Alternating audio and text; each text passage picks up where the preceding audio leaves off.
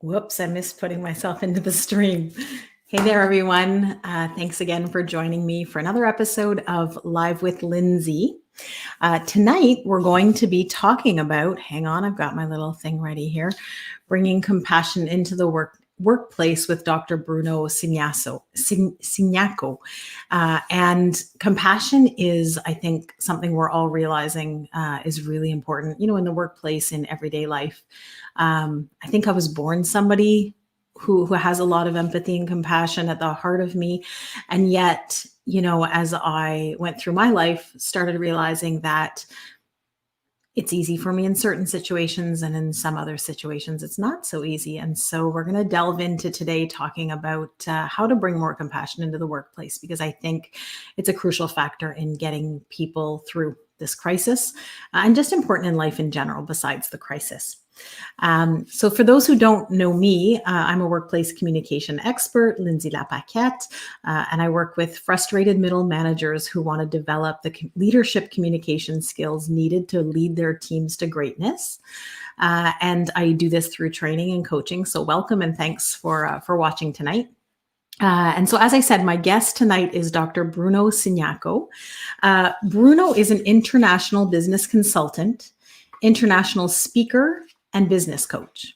For over 20 years, he's advised and trained hundreds of companies on international trade activities and international marketing. He's a university lecturer. He's a senior fellow of the Higher Education Academy. He's also the author of business and personal development books published in different languages. His new book is titled The Art of Compassionate Business: Main Principles for the Human-Oriented Enterprise, which is a perfect title for nowadays. I think, like I said, I think it's the topic of compassion has sort of come to a head, I think, in recent days. So with that, I'm going to welcome Bruno in. So Bruno, hi. Hi, how are you? Thank you very much for your invite. It's good to see you. Nice to see you too. Yeah. So for everyone watching, I'd love it if you'd let us know that you're here, that you can hear us. And if you have questions for Bruno as we're going through this, by all means, throw them in the chat. I'd like to get in as many questions as possible. So Asma, I see that you found us. So thanks for hunting around for the live stream. So Bruno, I'd like to start by just talking about what compassion is, because I think it's always important to make sure we're on the same page with what we're talking about. This is a very important question. Compassion is very important in two types of relationship: business relationship and non-business ones. People relate compassion to close circles, for example, friends, family, relatives, but compassion can be applied also to business activities. And I call compassion as a byproduct of love. This means I'm talking about a wider connotation of love, not love that we feel, for example, for family, friends, or relatives. This will be a sentimental connotation of love. Here I'm talking about a much wider connotation of love, a more humanistic one, which includes compassion, empathy, support, care, generosity, gratitude. And this wider connotation of love can be applied to business relationship and non-business ones. I give an example of a company that is compassionate. A company that is compassionate treats employees with respect. They pay a fair salary. They give them meaningful jobs. They give them tasks that they can allow them to contribute to the company's mission. A company that is compassionate, for example, contribute to the environment in a positive way. Use recyclable materials. They use, for example, sustainable sources of energy, but also they contribute to the community in a meaningful way too. For example, donating resources to the community, developing, for example, volunteering work with the community. And this company is also compassionate with customers. They try to advise customers in the best way. For example, providing with the best suggestion for this customer to buy the best product for them, not the product that will bring more profit to the company. And when different stakeholders feel that they're treated in a compassionate way, they're more likely to reciprocate, to support this company, especially when the company faces challenging times. Compassionate is supporting others and understanding that we all have challenges, and we have to be understanding, we have to take perspective, and we have to understand that in some cases we share challenges that are common to all of us, and also we share a common humanity. So all individuals share a common humanity. We have setbacks, we have troubles, we have success, we have problems, we have fears, we have expectations. And this applies also to business relationship, because the most important factor in any business project is human being. The building brick of any human or any business project is a human being. We forget about the human being. We try to focus on key performance indicators, for example, profitability, productivity, efficiency, and we forget about the human being. So what I'm hearing a lot in this is that sort of at the core of it, you're saying thinking of other people and the impact of your decisions on other people and other situations. Is that's part of where we're getting to with compassion?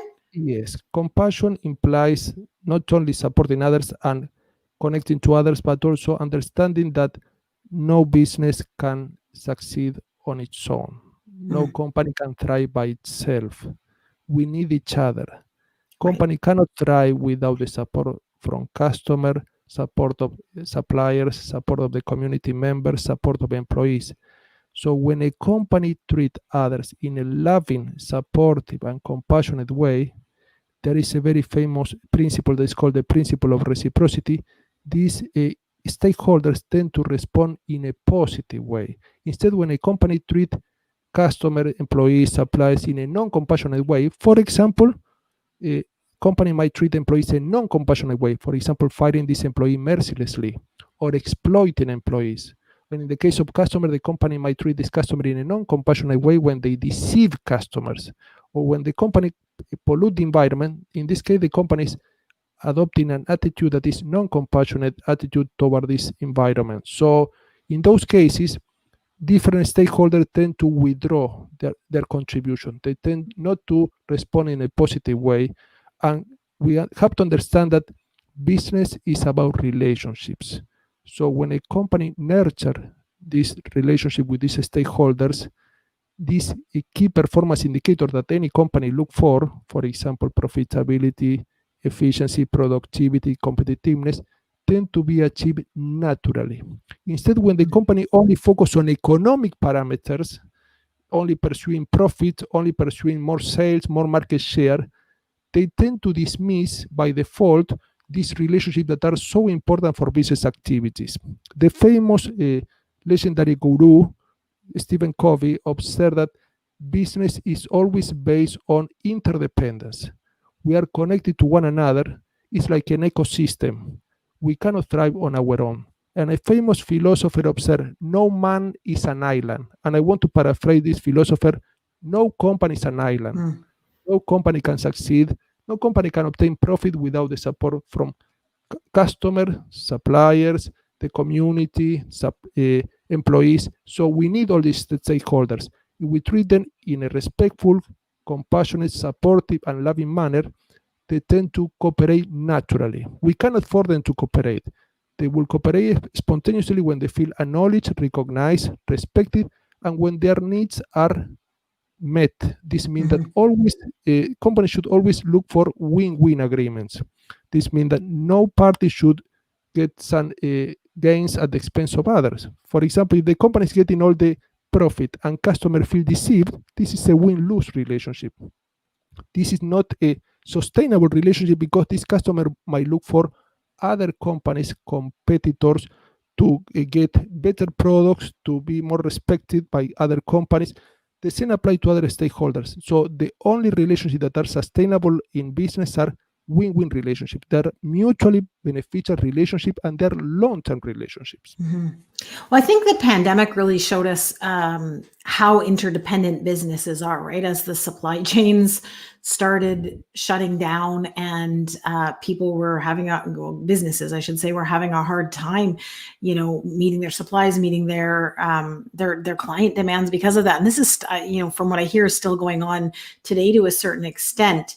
I think it was a wake-up call for some companies as to how how interdependent they are. And what I'm hearing from professionals who work in supply chain is that they're sort of revising and looking at how to do differently going forward, because they realize that some of the relationships they had weren't as strong as they had anticipated, as companies were met with lesser supply themselves and then had to make decisions, of course, of where to allocate that smaller supply.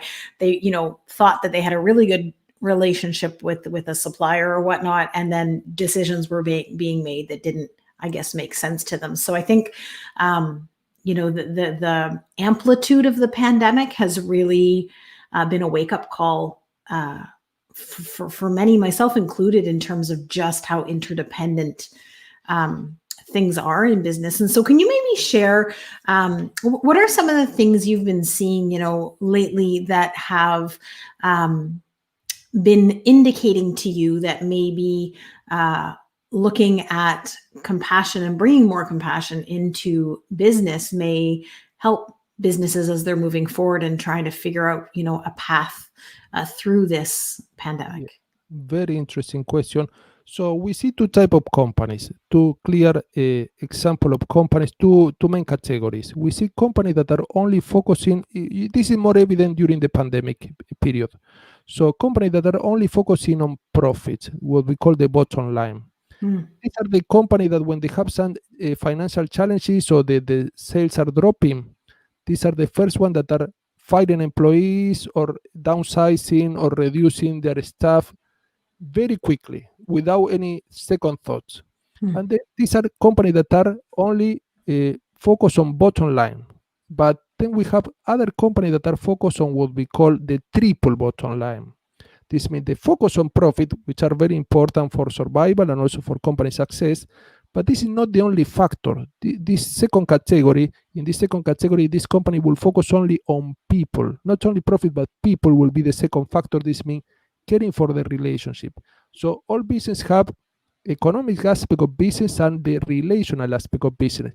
They try to nurture this relationship with different stakeholders because they know that without this relationship, without the support from different stakeholders, they won't succeed.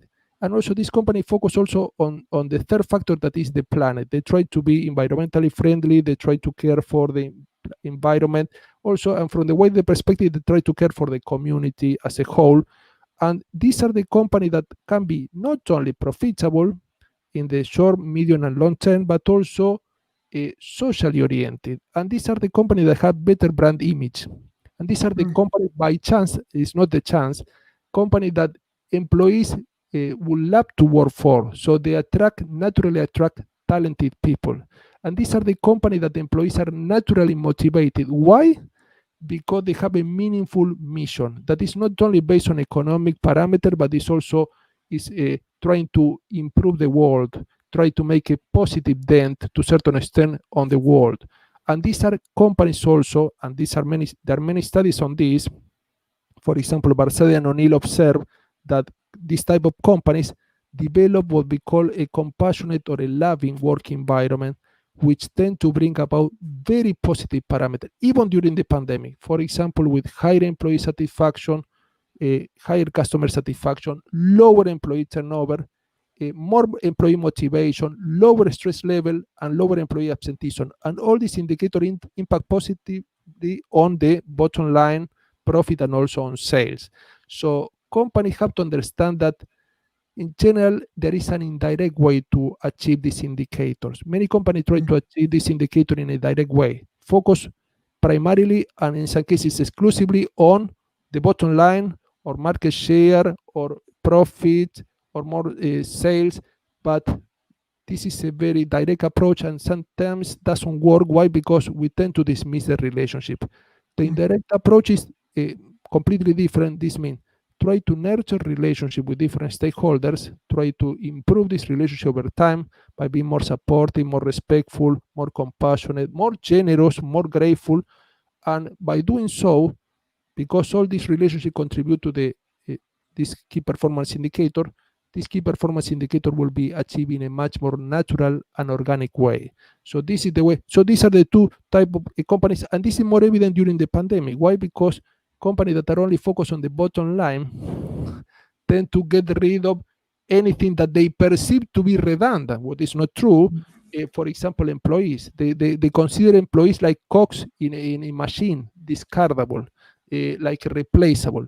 We know that this is not true because employees are one of the most important companies' asset. I don't like to call these resources because resources in some cases can be used and abused by companies. So they're the most important asset in a company, the interface between the internal environment and the external environment.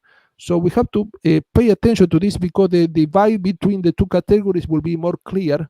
Even after the pandemic, we can overcome this because and the audience, the people in general, are very attentive to these two type of companies, and they tend to experience very negative emotion when they see companies that have been obtaining a lot of profit in the past, and because of a temporary challenge that we have during the pandemic for many months, companies get rid of anything that they might consider redundant. So I feel that people are becoming much more aware. A new generation, especially millennials and Generation Z, are becoming much more aware of this conscious business approach or a compassionate entrepreneurship approach.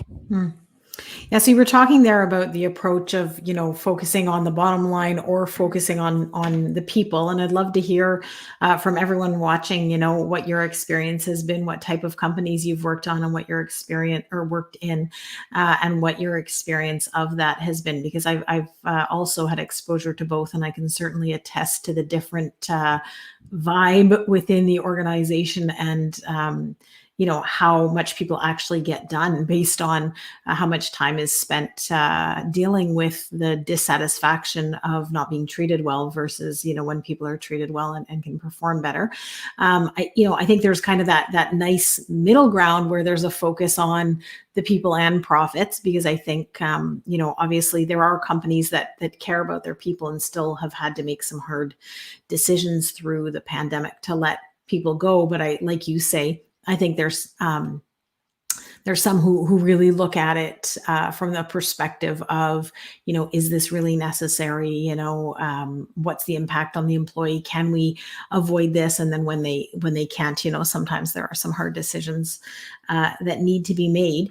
I'd love to hear from you if anyone's listening who is in a place of wanting to work on bringing more compassion into the workplace. Can you share some concrete ways that they can do that? Like give them strategies or, something they can go and implement tomorrow?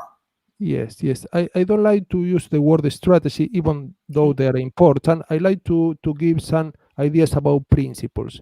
Principles are easy to apply, and in general, in some cases, can be applied to any sector, any type of company, any type of business activity. And the principles are quite intuitive, but also quite actionable.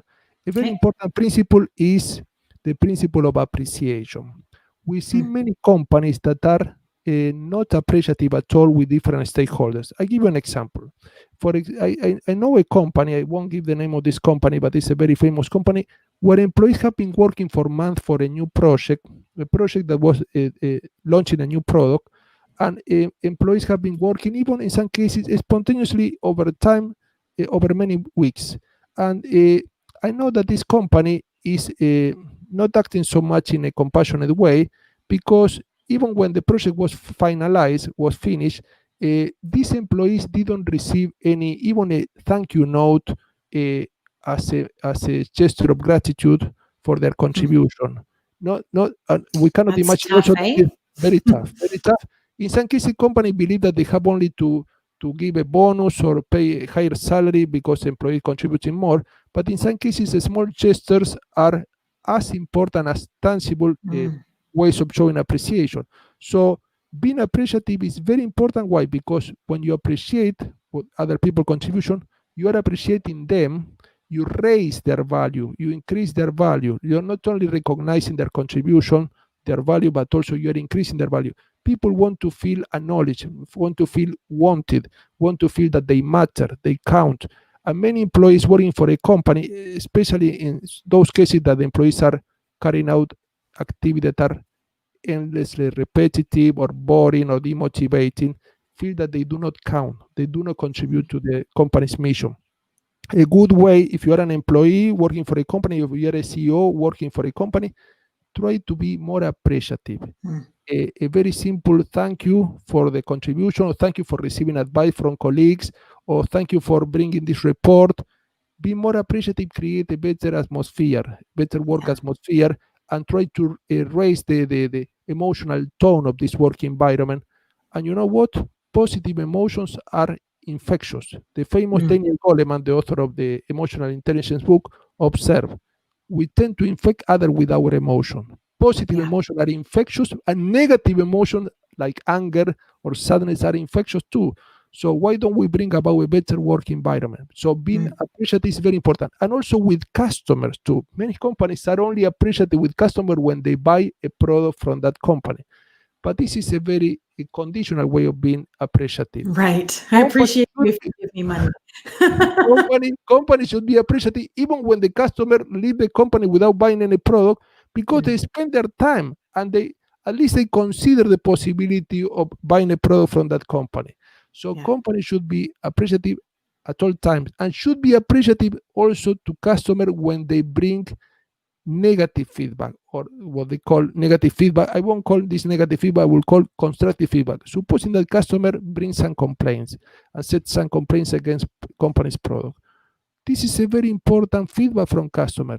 I call this gold, pure gold. Why? Because customer is telling us what we are not doing well, and customer might help us improve our products and services and have better quality in the future. If customer didn't tell us this, well, we will be doing the same things over and over. So customer is a very important source of feedback, and we should be very appreciative to them for giving us this feedback. Yeah. So that appreciation there. So I can imagine that during the pandemic, so I think of myself, right? When I'm in a good space and I'm happy, it's fairly easy for me to say, hey, thanks so much. You're doing a great job. I'm appreciative and all that. And then when I'm cranky, that's not necessarily the first thing that comes to my mind. And so I can imagine with the pandemic, people overall are struggling a lot more than before. So I can imagine that it's become even harder to, make sure those practices of appreciation are in place. But I think it's huge. So I have I'm like in the midst of negotiating a deal with an organization, and they regularly will say to me, it's been a little while we've been negotiating, they will regularly say to me, regardless of whether or not this works out, we really are enjoying these exchanges and your dedication to this and whatnot. And it goes a long way to solidifying the relationship, because there's a respect for one another, I think, from the beginning. And so sometimes it's just a few words, it doesn't have to be these big, elaborate, costly, especially now during the pandemic when businesses are trying to keep budgets tighter. Sometimes it's just taking a few minutes to talk to somebody and acknowledge them. But I'm curious how much that comes from, I see sometimes it's easier for people to criticize or, tell people how to do things when they're not doing something well than it is to praise people. And I'm curious if you see that at all, that people feel uncomfortable. People feel uncomfortable at the beginning because it's a matter of habits. We have positive habits and negative habits. So appreciation is also taking up positive habits.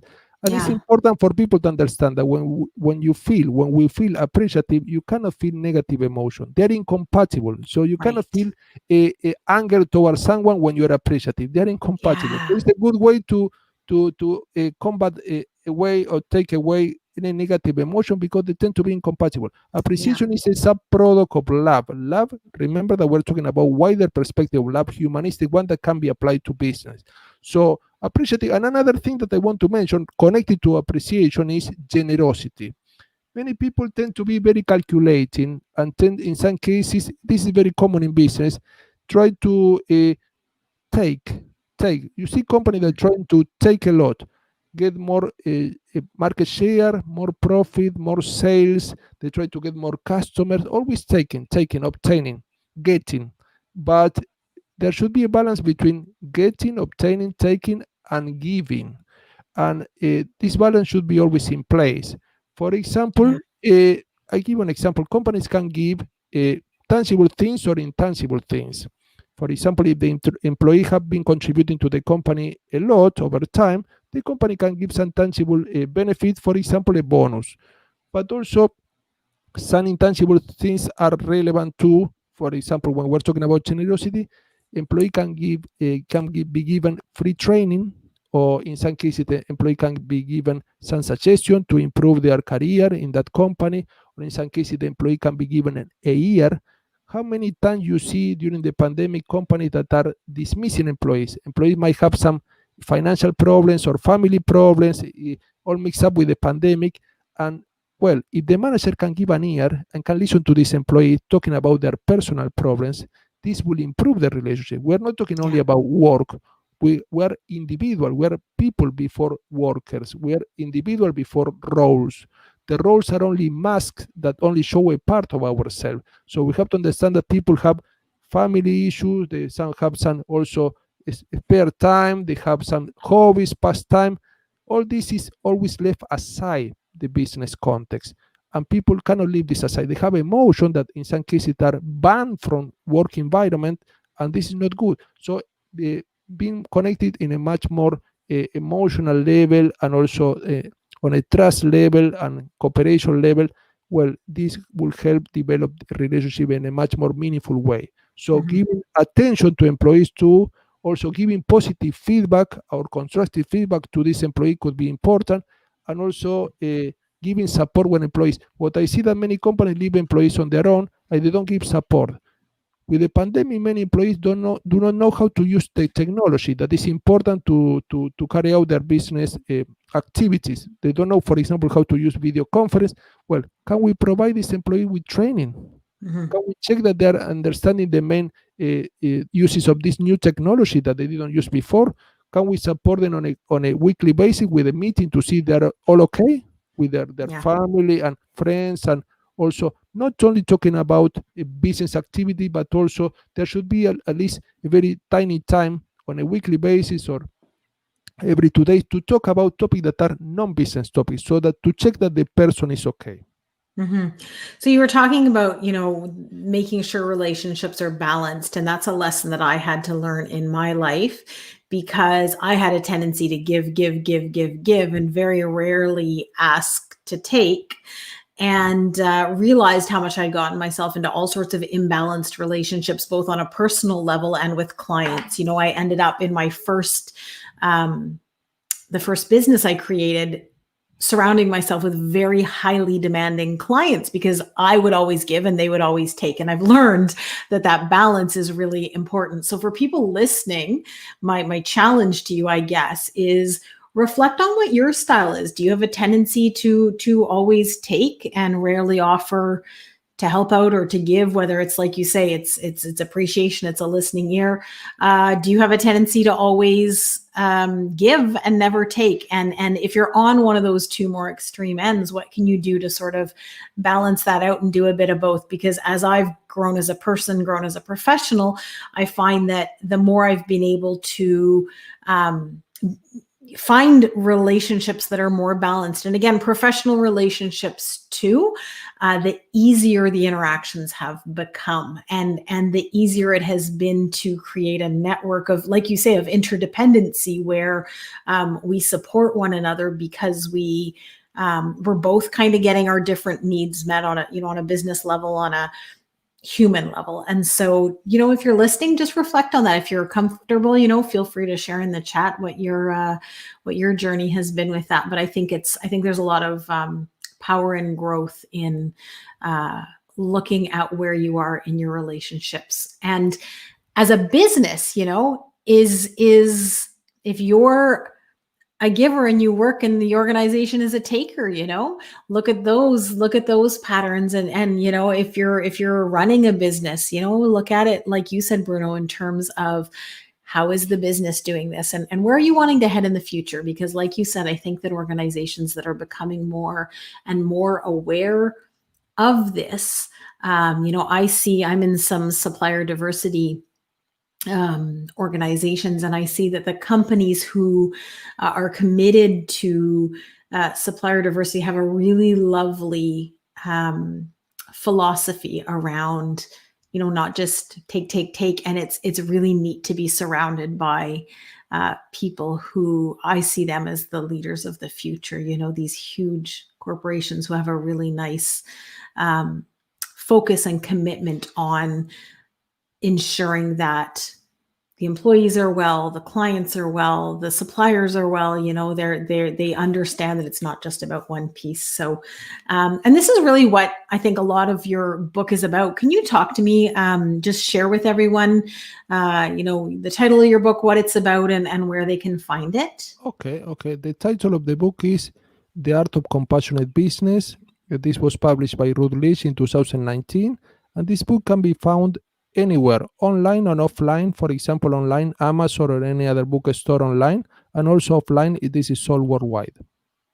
Perfect. So I have it here for anyone who wants to jot it down. The Art of Compassionate Business, Main Principles for the Human-Oriented Enterprise. And so it was published before the pandemic, and then, of course, has become that much more, not that the need for compassion wasn't there before the pandemic, but I think some people are realizing the downfalls of not placing enough focus on compassion, or some perhaps haven't realized it yet and will once the pandemic's over. I had somebody had sent me an article. This was earlier in the pandemic, but an article, and my memory's a bit foggy on the percentage, but I think it said that, so it was either 42 or 62%, and that's a bit of a big gap, but either 42 or 62% of people in Montreal, I believe it was, were wanting to change employers once the pandemic was over. And I thought, wow, because that's a lot of people who aren't yet comfortable leaving because the economy is not the best, but who are already so dissatisfied with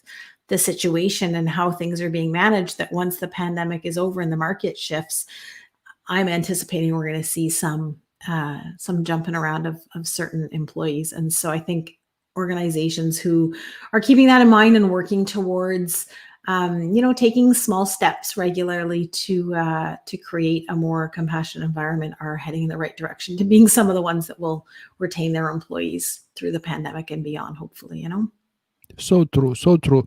Yes. And we have to understand this pandemic imply social distancing, but not emotional distancing. This is a very important point to remember.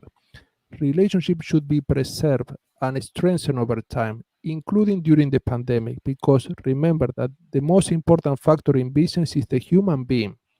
If we do not meet the needs of the human being, all business activities will tend to fail because they are the main factor. We cannot succeed without the human being. So, and human being from the wider perspective include customers, suppliers, employee, community member. We have to remember that we have to nurture on a continuous basis. And a good question for any of the listeners to ask themselves will be, how can I be more compassionate with this stakeholder? How can I be more generous with this stakeholder? How can I be more thankful with this stakeholder? And maybe that's a question you can throw back out to them, like, what would you need? Because I think it's sometimes, part of my own growth has been realizing that, asking the other person what they need gives me a better leg up on being able to help out in a way that's meaningful to them versus in a way that's meaningful to me. And I think sometimes people are afraid to ask that question, but I think, like you're saying, just having a focus on asking yourself that is already getting you going in the right direction. So we've shared your book here. I'll just share it one more time. So The Art of Compassionate Business, Main Principles for the Human-Oriented Enterprise. And so like Bruno had said, you can get this on Amazon and any bookstore online. Bruno, where's the best place for people to connect with you if they want to know more about you and your work? Thank you very much for this question. They can find me on LinkedIn. This is the main social media platform that I use. Okay. I have 19,000 followers. They can join me. I usually publish an article and post some articles and interviews. And also they can find me, for example, www.brunocignacco.com. This is one of my websites. All right. So BrunoCignacco.com, you've got it there. And like Bruno said, you can reach out to connect with him on LinkedIn. So listen, thanks for joining me. I really enjoyed getting to learn a bit more about how to bring more compassion into the workplace. Thank you very much for your invite. I feel very honored. Thank you. I appreciate it. Thanks. And listen, for everyone watching, I appreciate your time tonight, of course. And so if you're interested, Bruno's also recorded a podcast episode, and I release weekly podcasts that are on that are not the same interviews as the lives. You can go and check that out at lindsaylapaquette.com/podcast.